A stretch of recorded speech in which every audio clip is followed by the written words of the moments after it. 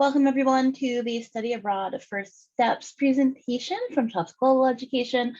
This is your first stop for learning about the study abroad process, all of our policies, procedures, and things that are available from our office and how to actually study abroad and make that happen for you during your time here at Tufts.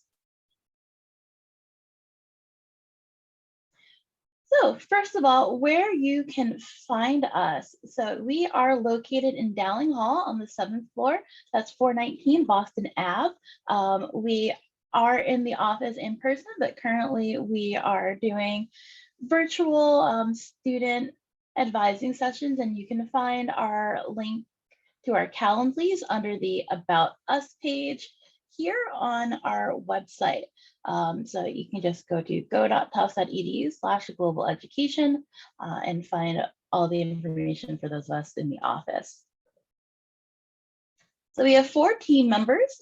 We have our Senior Director and Associate Dean, Mala Ghosh, and then Assistant Director, Melanie Armstrong. She covers Tufts programs abroad advising.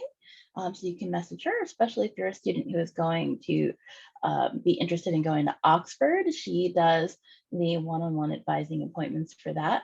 Myself, Melissa Newton, the program coordinator for Tufts Global Education. I do general planning and advising, first steps, and administrative details for your application process. And with us, we have Scott Langevin, our program manager for external study abroad program advising.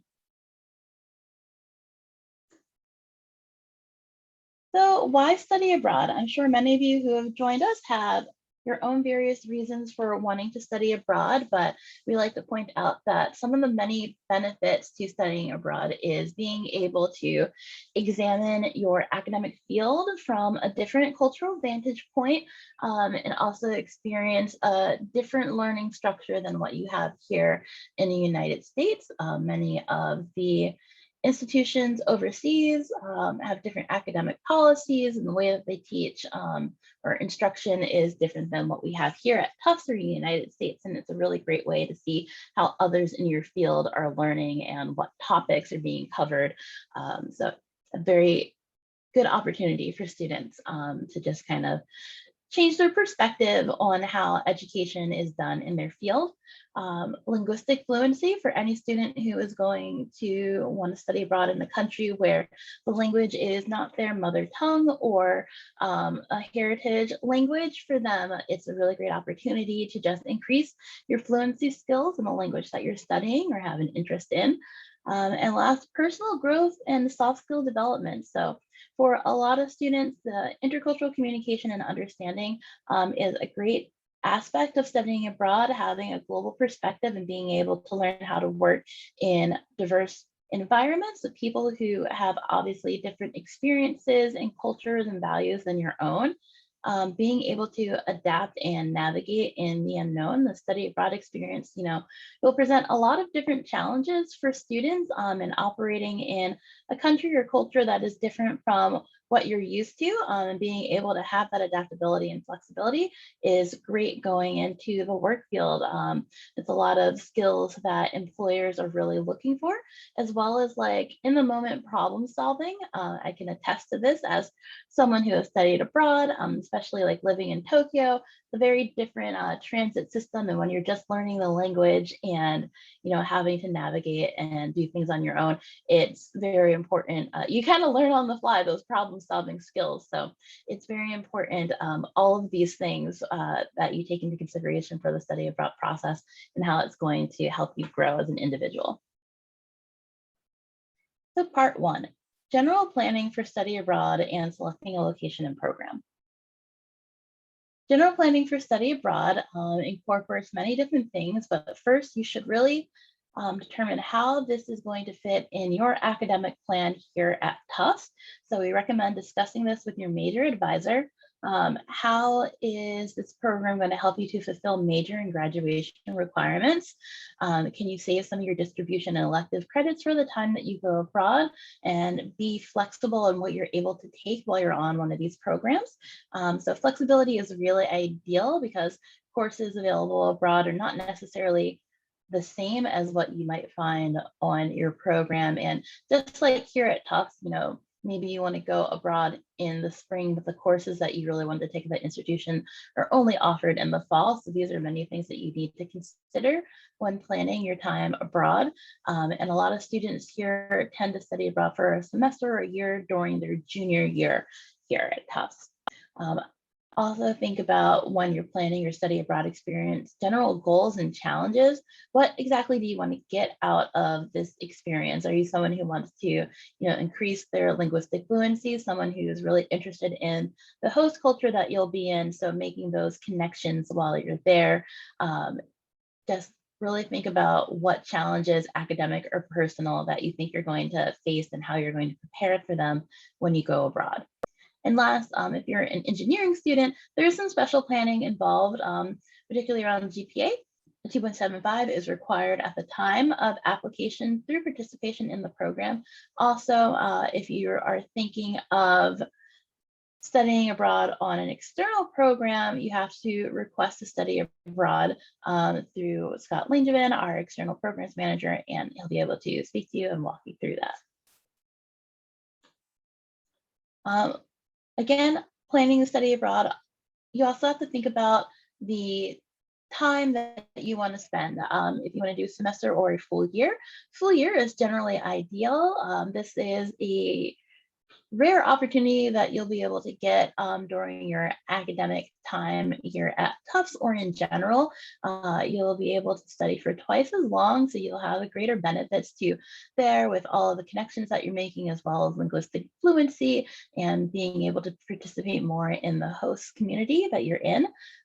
Semester is also good because we understand that while a year is great, it may not necessarily fit within everyone's academic plans or what they want to get out of study abroad. So going for a semester is fine, but you have to make sure that if you're doing an external program, that the program be at least 13 weeks long to be considered an academic semester. So this is important when you're looking at some universities like British or Israeli universities that may only offer a 10-week term for their semester. And students who are interested in doing 2 semesters in 2 different countries is definitely possible. And we definitely have students who have done it in the past, but be careful about the visa process. Quite often when students are applying for a student visa, it is required that they apply through their home country. So if you're a student who wants to do 2 different programs in different locations, it's very important that you look into the visa process and what will be required of you. We do also offer summer and short-term options through Tufts University and Tufts Global Education Office. So there's the Tufts Untitled Chapter, which is through the European Center. It's 6 flights in the French Alps. There are a range of courses that are taught in English. You don't have to have learned French or have any French under your belt to begin, and it's a faculty designed program. So the location, curriculum, and requirements vary by year. So you can definitely check out their information through the European Center's webpage. For Tufts Global Education, we have a winter program, Greeks, Romans, and Celts in the south of France, which is the program will be located in Aix-en-Provence. And then we have a summer program, which is computer science and data science and Italian. It is in Pavia, Italy, and you'll be able to learn computer science while also taking Italian. So the applications are up, and you can also find out more information through our sessions that are held if you go to our webpage and look under different presentations. Planning and applying. So for students who are thinking about going abroad, there is a specific timeline that you need to think about when you want to go abroad. So the first step is registering your intent to study abroad. This is a new feature in our application process that we rolled out last year. Students are required to submit their intent if they wish to go abroad for a semester or year, and have to do so in the fall of the academic year prior to when they want to study abroad. This process is non-binding, but if you do not do it, students will not be eligible to study abroad. So it's important that you submit it by the deadline if you were thinking about studying abroad. But don't worry if on the intent form you say you want to go in the fall, but decide you actually want to do a full year, that's perfectly fine. Again, it's non-binding. So if you change your mind, you don't have to worry. But if you do plan on studying abroad next academic year, you must submit this intent. For Tufts programs abroad, if you are applying to one of our programs, our deadline is February 1st of the academic year prior to study abroad. And the applications will be open sometime mid-October. And again, for external programs, it's a two-step process. So you will have to submit a Tufts Global Education application for external programs, as well as a program application for the provider or direct enrollment that you intend to do. So you will have to submit this portion along with your program specific application, and those deadlines and links are set by the provider, not us. So it's a two-step process. Scott will speak about it more later in this presentation. So here is the timeline for any student who wishes to study abroad during the 2022-2023 academic year. November 1st is the deadline to register your intent to study abroad. Again, complete this intent in the academic year prior to when you plan to go abroad. Attend a First Steps meeting, which you're doing now. So thank you so much for attending the session and listening to our presentation. And then lastly, apply to the program. Again, the Tufts Programs Abroad applications will more than likely open mid-October, and they will close on February 1st, 2022. And just like the intent, you will be applying for the next academic year. For external programs, the Tufts Global Education portion closes on February 1st. For any student who wants to study abroad during 2022 or 2023 academic year. But for program-specific applications for the study abroad provider or direct enrollment, those deadlines vary and students are responsible for submitting their own applications. So where do you go? There are so many options around the world and so many different programs that students can choose from. It may seem overwhelming to select a location, select a program, but we're here to help you in that process and provide you with information that will help make the decision easier. So when choosing a location, ask yourself, what country, language, or culture really has an interest in me? So using my own experience, I'm a huge nerd. I really like anime and manga and stuff, and it's the reason why I started learning Japanese, because I didn't like reading subtitles. So, and I really wanted to learn more about the Japanese culture. So the linguistic fluency as well as cultural interest is the reason why I decided to study abroad in Japan. Another thing is deciding what is a natural academic fit between the location and your major.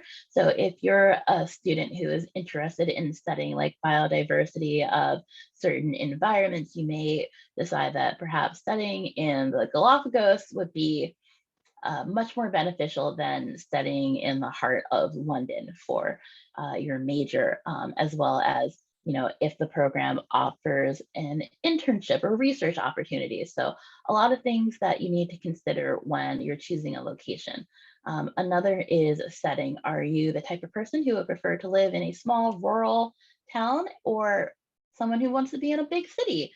There are lots of benefits to both. So if you're in a large city, you'll have better access to your transportation, airports, music, museums, movies, but small towns also have great benefits when it comes to just being able to experience the host culture and host community and making really deeper connections, improving your linguistic skills, and this also has a really great impact on being able to really get to know the country, because if you're in a big city, it will also tend to have more expats or other people from, you know, the US or other countries, and you may not be able to really truly experience what the country has to offer if you end up spending time with other international students such as yourself.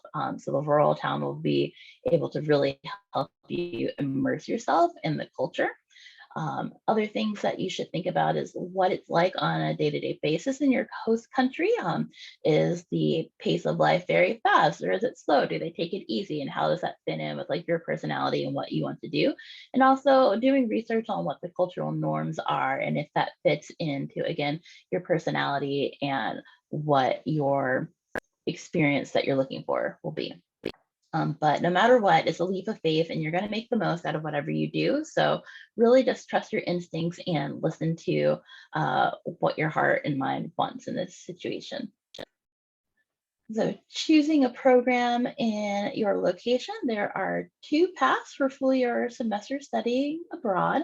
Tufts programs abroad, we offer 10 program options. And with this, there are a lot of benefits because you will remain enrolled in the program. You're going to receive Tufts credit on your transcript, and full financial aid applies. So Tufts scholarships as well as personal and federal loans will be able to be applied to the program.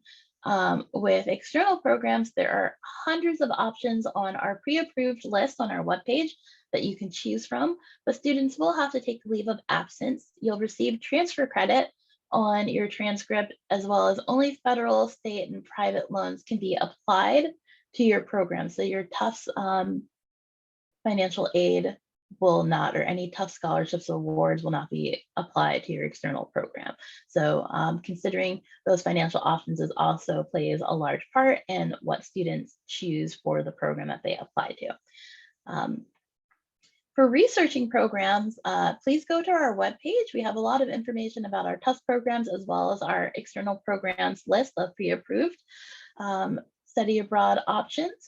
We also host events for students through program providers as well as through our own programs with our directors. So to learn more about those options, see our webpage for any upcoming information sessions. We also have some materials in our 7th floor office in Dowling Hall if you want to stop by and grab some or peruse through our shelves. When researching your program, also again, think about finances, what's included in the program. So for Tufts programs abroad, you'll be paying for the tuition, room and board, cultural activities that are included, as well as, some of our programs, there is a stipend for students for, meals, as well as a cultural activity reimbursement program. So, thinking about how your money will be spent along with transportation. If it's an external program, do they include housing or will you have to find your own? Those are things that you really need to consider when thinking about studying abroad. So those additional out-of-pocket costs like airfare and visas, etc. So talk with financial aid about your personal situation and what would be the best option for you and how your aid can be applied to the programs that you are thinking about doing. So part 2, I'm going to quickly overview the Tufts programs abroad options. So again, with Tufts programs abroad, you'll remain enrolled at Tufts and you'll pay tuition plus a comprehensive fee. The comprehensive fee covers the room and board, cultural activities, and other things to assist you with the program. Full financial aid applies. You'll get Tufts credit and grades for all of your courses that you take. You may also request course equivalencies and major credits through SIS, and you can take our courses through our programs abroad, pass, fail. We do provide internship and volunteer opportunities in many of our programs, so you can help build your resume and experience overseas. Each of our programs comes with an on-site director who helps to lead cultural activities as well as acts as an academic advisor for you while you're studying abroad. We are having information sessions in the rest of September through October for sophomores or anyone interested in learning about our programs. So you'll be able to meet our directors and learn more about what each of our destinations has to offer. So for our locations, we have Tufts in Beijing, which requires Chinese 4 and is offered for the fall semester for students. Tufts in Chile is fall or full year and requires students to have completed up to Spanish 22 by the time they begin the program. Tufts in Ghana is a fall semester program and has no language requirement because the courses are taught in English. Tufts in Hong Kong is a spring semester program and again has no language requirement because it's also instructed in English. Tufts in Japan, we have now partnered with the Kyoto Consortium for Japanese Studies through Columbia University and is offered for full year, fall, or spring for students to travel to Kyoto and learn Japanese, as well as a variety of other courses that are now offered compared to our program, which used to be run through Kanazawa University. For students thinking of going in the fall or for the full year, it will require Japanese 2. And for students who want to go abroad in the spring semester, Japanese 3 is required. Tufts in London is our largest study abroad program, offering many partner institutions. So students who are interested in going for a full year can apply to University College London, Royal Holloway University of London, the School of Oriental and Africana Studies, or Queen Mary University of London. Students can do a fall-only semester at Queen Mary University of London. In spring, students can apply to Royal Holloway, SOAS, as I like to shorten it to, or Queen Mary University of London. We also have an arts-only option at University Arts London for a semester or for the year. Tufts in Madrid offers semester or full year programs and requires students to have completed up to Spanish 22 by the time of their departure. Tufts in Oxford is a full year program and has a special requirement of a 3.7 GPA at the time of application and through departure. Applications are due on December 1st of your sophomore year. And if you would like to apply for this program, you need to contact our office and email Melanie Armstrong to set up an appointment to interview to be able to apply. Tufts in Paris is a semester or full year program and requires French 22 by the time that you depart for the program. We also have an arts only option in the spring at Beaux-Arts, and that requires French 2. And our last program on the list is Tufts in Tübingen, which is a full year or spring program and requires students to take German 4 by the time of departure. Applying to Tufts programs abroad, our application information is available on our webpage. Oxford applications are available through appointment only. Eligibility for most of our programs is a minimum GPA of 3.0, with some of our programs or departments requiring higher GPAs, so that is on the student to research and find out. Language requirements vary by program, so again, check out our website or printed materials for any of those specifics. And again, application deadlines, Tufts in Oxford, December 1st.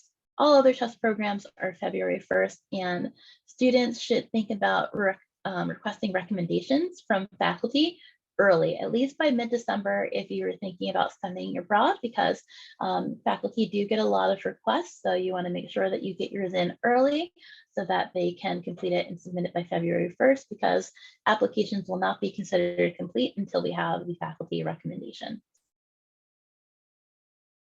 So part 3, I'm going to turn over to my colleague, Scott Langevin, for external study abroad. Thank you, Melissa. So external programs are a little bit different than Tufts programs abroad. The application process is a little bit different, and there's some different financial details and things like that. So we're going to talk a little bit about that today. But let's start off with the fun stuff, which is where can you go? How is this, a little bit different from Tufts programs in terms of locations and styles of programs? So currently, if you visit our website, you'll find a list of pre-approved programs. And we have approximately 150 programs right now in somewhere around 50 countries. So there's a lot more variability with these programs. Now, there are times when we still don't have a pre-approved option in a location that you're looking to go to, maybe, or maybe you found this really awesome program from a provider that we also don't have approved yet. There is a process to gain approval for it, but it's not typically something we encourage. So we really try to encourage students to look at our pre-approved option list because it is pretty extensive. It is pretty wide ranging. Regardless of your major, there are definitely options there for you. So really look in depth at our pre-approved list. It's going to be really one of the best options for you to look at. But while you're looking through that list, you're going to notice a few different things. You're going to notice programs that are listed as direct enroll, others listed as from program providers like IES, CIEE, DIS, various program providers. And sometimes students have questions as to what are the differences? What makes a program a direct enroll versus a provider program? So a direct enrollment basically is when there's a university in country that you're applying to directly. You're not working with an intermediary organization like a program provider or anything like that. You're applying directly to that university. This option is usually a little bit more independent. So they'll have resources and things like that to help support you, help you get organized, but it's going to be a little bit more hands-off. So you're going to probably have to seek out that support a little bit more on your own. But the way I kind of generalize this style of option is think of this as the more traditional international student experience. Like I said, there isn't another organization you're working with to kind of help you through some of the different processes. So if that's something that you're interested in, it's a great option. Provider programs, which are generally these like center-based programs, and sorry if you can hear my cat, yeah, these center-based programs are basically program providers will have a designated location where they offer certain types of courses and programming. And they usually do work in conjunction with an area university, but it's possible for you to take all of your courses through these center-based locations. The way to think about these programs are, let's say that you're looking to go to Spain, but you're kind of at more of a beginner level in terms of Spanish language. You're looking to really focus on language acquisition. Center-based program is going to be great for that because they're designed for students who have language abilities from a wide range, from beginner all the way up to fully advanced, taking courses fully in that area of language. Hybrid programs are kind of a little bit similar to these center-based programs, but they're basically what you're doing is you're working with a program provider, perhaps taking courses with them, but then also working with their partner university on site as well. So you're kind of mixing and matching courses, as it were. And as mentioned in one of the previous slides, part of the process is applying for a leave of absence from Tufts to enroll in one of these programs. That's not part of the application process, something a little bit later on, but it's always good to be aware that that's something that you'll have to do. And it's not a permanent leave of absence, obviously. It's like a special study abroad leave of absence that just indicates you're going to be gone for either a semester or an academic year, and that you'll be returning to Tufts once that program has concluded. So next slide, please.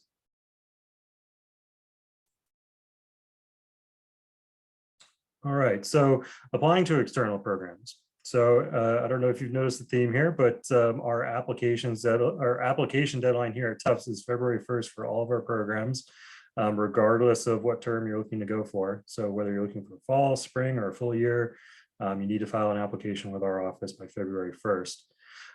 This is a dual application process. So you do have that February 1st deadline for Tufts application, but then you also have to file an application with the providers as well. And their application deadlines are going to be different than ours. Especially if you're looking at like a spring program, for example, that's probably not going to be until October of next year for their deadlines. So usually what I recommend students do is when you are looking to complete applications in terms of like what order you should be working on the applications, there is no wrong or right answer in terms of which one you complete first, but ours is super easy. It's mostly just reading through information, and then confirming that you've read that information. And then that application gives us a method to share information with you and collect additional information when we need it for when you're preparing for your time abroad. So ours maybe takes about, I would say maybe 10-15 minutes. So it's super brief, super quick. So, like I said, it doesn't matter which order you do them in. Now, with external programs, you are going to need approval from our office. And usually programs will ask for a homeschool study abroad advisor approval, and it'll be like a form or something that we'll have to complete. So when you're looking at that, it's going to ask you for a point of contact to send that over to. And you could actually send it over to me. I'm the program manager, so you can actually access my information from our website, and you can have it sent directly over to me. There's some checks that need to be done, but it usually takes about somewhere around a week usually to have it completed and returned. Important things to keep in mind is you do need to have that Tufts application in. So if you do reach this stage of the process, just make sure to have your Tufts application completed as well, so that way we can get that approval done for you as soon as possible. Next slide, please. So what are some of the things that you could expect with the application process from the providers? So like I said, our application is super easy. We don't require recommendations. We don't require any kind of writing samples or anything like that. Program providers, though, their application will definitely be more in-depth. They most likely are going to ask for some information, like in terms of why this particular program, what from your academic background or your professional interests makes this program suitable for you. They may ask for recommendations as well. So I always recommend start early so you can find out that information. And if you are going to need recommendations, make sure you're in contact with the faculty members that you'd like to ask early. So then that way they're not in a big rush at the end of the year to try and get everything done. I know that they'd be super appreciative of that. The program providers will likely ask for transcripts as well. You'll have to order those through SIS, and there is a form there for you to complete. Currently, Tufts unfortunately doesn't have a method to send electronic transcripts, so you likely will have to order physical copies and then scan them and send them along. So just bear that in mind in terms of your time planning for this. Some program providers do also charge an application fee. So if you are considering applying to multiple programs, just keep that in mind that you may have to pay some different program fees. If you are accepted into a program, they may begin to start asking you for deposits as well. So if you're applying to multiple programs, just bear that in mind that the timings may not line up because all of these providers, they work on rolling admissions. So they make decisions as they receive applications. So you may hear from one this week, maybe a couple of weeks before you hear from the other. So again, just bear that in mind. Next slide, please. All right, I guess we're moving on to the next section. Yes. Hello, it's me again. So we're going to do part 4, and this is the last one before we get to the question and answer portion. So after admissions, preparing to go abroad and what you should expect.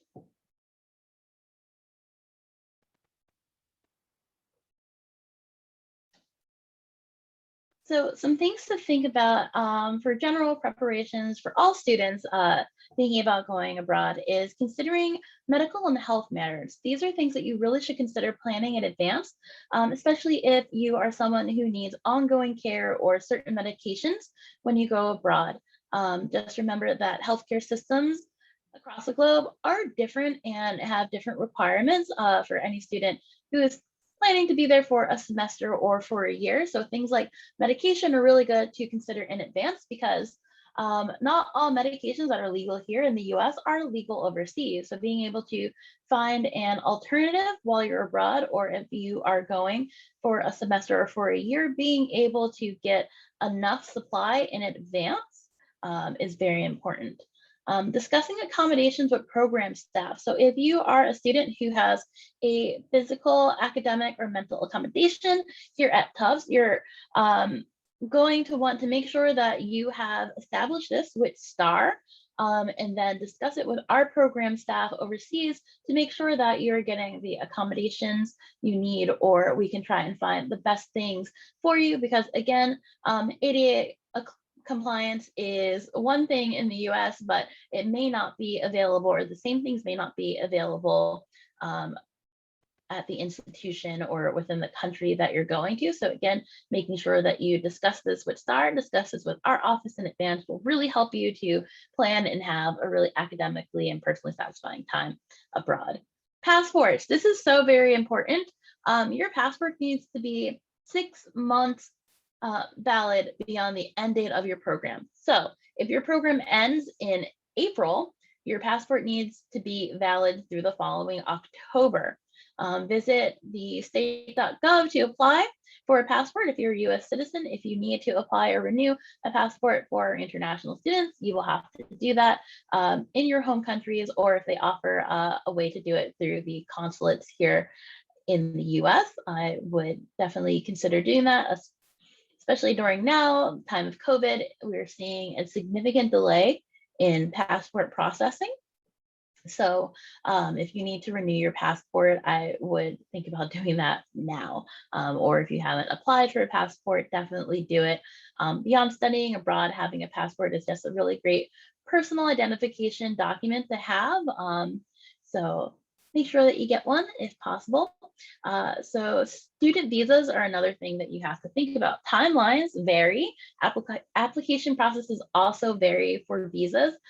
So be careful about any sort of international travel leading up to your study abroad, because you may need to submit for a visa maybe 1 to 3 months before you study abroad. And for any student over the summer who has travel plans or maybe an internship or something overseas, you may not actually receive your passport back if you had to mail it in for your visa appointment. So just sort of those things to consider and think about before you go.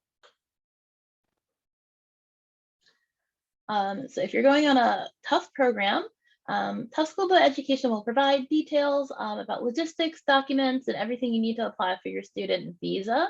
Again, all courses taken on our programs will automatically count as Tufts credits with grades, not transfer credit, and you can request specific course equivalencies and major credits via SIS. I want to remind students that these equivalencies and major credit requests go through the registrar and through your academic department. We do not make these decisions for students about what will count. So please work it out with your departments if there is a specific equivalency or credit for your major that you need.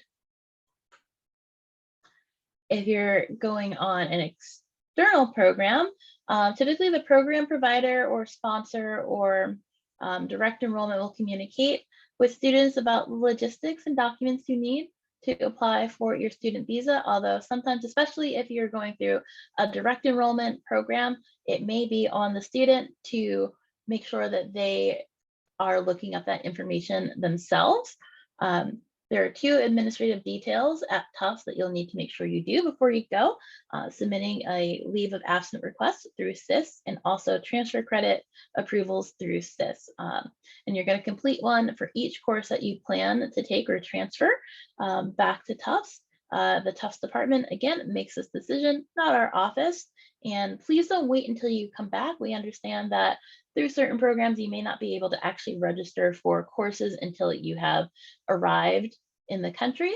But once you have those courses, make sure that you submit them, because if you wait until you come back, you may find out that those courses were not able to transfer, and that really won't be great. So make sure you consider that and do it as much in advance as possible. Scott, do you want to talk about the transfer credit policy at Tufts? Yeah, sure. So there are some pretty key details to keep in mind when you're looking at transferring credits back to Tufts. One of the big ones is, especially if you're a transfer student, is that the maximum allowable transfer credits into Tufts is 60 shoes. So if you are a transfer student, bear that in mind, that, if you're close to that 60 shoes limit, that, maybe an external program isn't going to be the way to go for you, because You don't have really that much flexibility in terms of the transfer courses that you could bring in. Another key detail is there is a minimum grade requirement in order for a course to be eligible. And that equivalency is a C- or higher. Now, I say equivalency because depending on your program location, grading systems may be a little bit different. Maybe on a numerical scale, and maybe on a similar letter scale, but it doesn't always come back exactly the way you might expect. So it's kind of on you to determine what is the minimum grade you would need to receive in your given program or country to meet that C- equivalency. And when it comes to grading, definitely do not take courses on a pass-fail option. Reason being, Tufts does not transfer credits back for pass-fail graded courses. So if, like, let's say a program provider offers you the choice between the two, always go with the graded option. Now, with transfer credits, the credit amount is transferred, but not the grade. So yes, there is that minimum grade requirement in order for a course to be eligible for transfer, but that grade will not appear on your Tufts transcript. So that means it doesn't impact your GPA, doesn't go towards the different titles, the Latin titles and things like that. So bear that in mind. But the one caveat I always do mention is it's always important to do well, because if you have plans to go to grad school or medical school, whatever it may be, a lot of times what will happen is schools will recalculate your GPA with those transfer credits in mind, because they're going to ask for a transcript from that program as well. So always important to do well. Next slide, please. Thank you. So financial matters for going on a program. So again, you will not be charged Tufts tuition when you're on a leave of absence. You'll deal directly with the program or direct enrollment that you're going to. Federal and state aid can often be transferred, but your Tufts aid cannot. So you're going to need to consult with financial aid and submit what's called a consortium agreement form. This form basically will be filled out by Tufts and let the federal or state or private agencies know where to direct your funds for that semester or year that you're going abroad. Outside scholarships are available, and quite often if you're going through a study abroad program provider, they have their own internal scholarships that you can apply for. But there also are a lot more general scholarships like the Gilman for Pell Grant recipients that you can apply to, as well as so many others that may cater towards specific backgrounds or identity groups or just majors. There might be a program for women in engineering. So we really like the studyabroadfunding.org is a great place to look for study abroads, but also just a quick Google search of study abroad scholarships may be able to help you find what you're looking for. One other administrative detail that you'll have to do for an external program abroad, there is a study elsewhere fee of $1,350, and this is for the processing of transfer credit, course approvals, and the other work that goes into Tufts assisting students who want to go on an external program. This is an industry standard and is not charged to students who receive need-based financial aid. Before you go abroad, we do have pre-departure meetings, which are held each semester, and they are required for both Tufts and external program students. So it's important information for students about like cultural adaptation, health and safety. We'll go over the course and credit transfer approval process again, because it may be many months between this first steps and before you actually go abroad. So we want to make sure that we remind students. And then we used to have students fill out the Tufts travel registry, but that is no longer required as we collect that information now through the Tufts Global Education applications. And typically we'll also have an alumni panel that gives advice and answers students' questions. We also run a Know Before You Go series that covers generalized topics such as budgeting or being a student of color abroad, mental health, and wellness. So be on the lookout for those as the semester goes on and we prepare for our spring cohorts to go overseas. So where to go from here? Again, discuss your interest in studying abroad with your major advisor and talk about how it's going to fit into your academic plans. Do your research on either the Tufts programs abroad or an approved program through our external list, and visit our office or set up an appointment with us online to discuss your options and what might be the right fit for you. We do have a list of upcoming events. We just now changed the Tufts in Beijing information session to November 10th, so please ignore this on the page here, but you can register for our external information sessions, short-term programs, Tufts program abroad sessions, and Know Before You Go sessions through bit.ly/all-caps-TG events to find out more about any sort of upcoming programming that we will have. So thank you all for attending. Follow us on Instagram for updates and events that we have at Tufts Global Ed.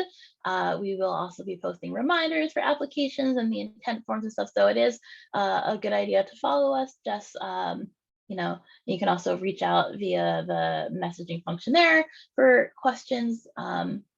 So thank you again for attending, and we are going to stop the recording now and do some question and answers for students.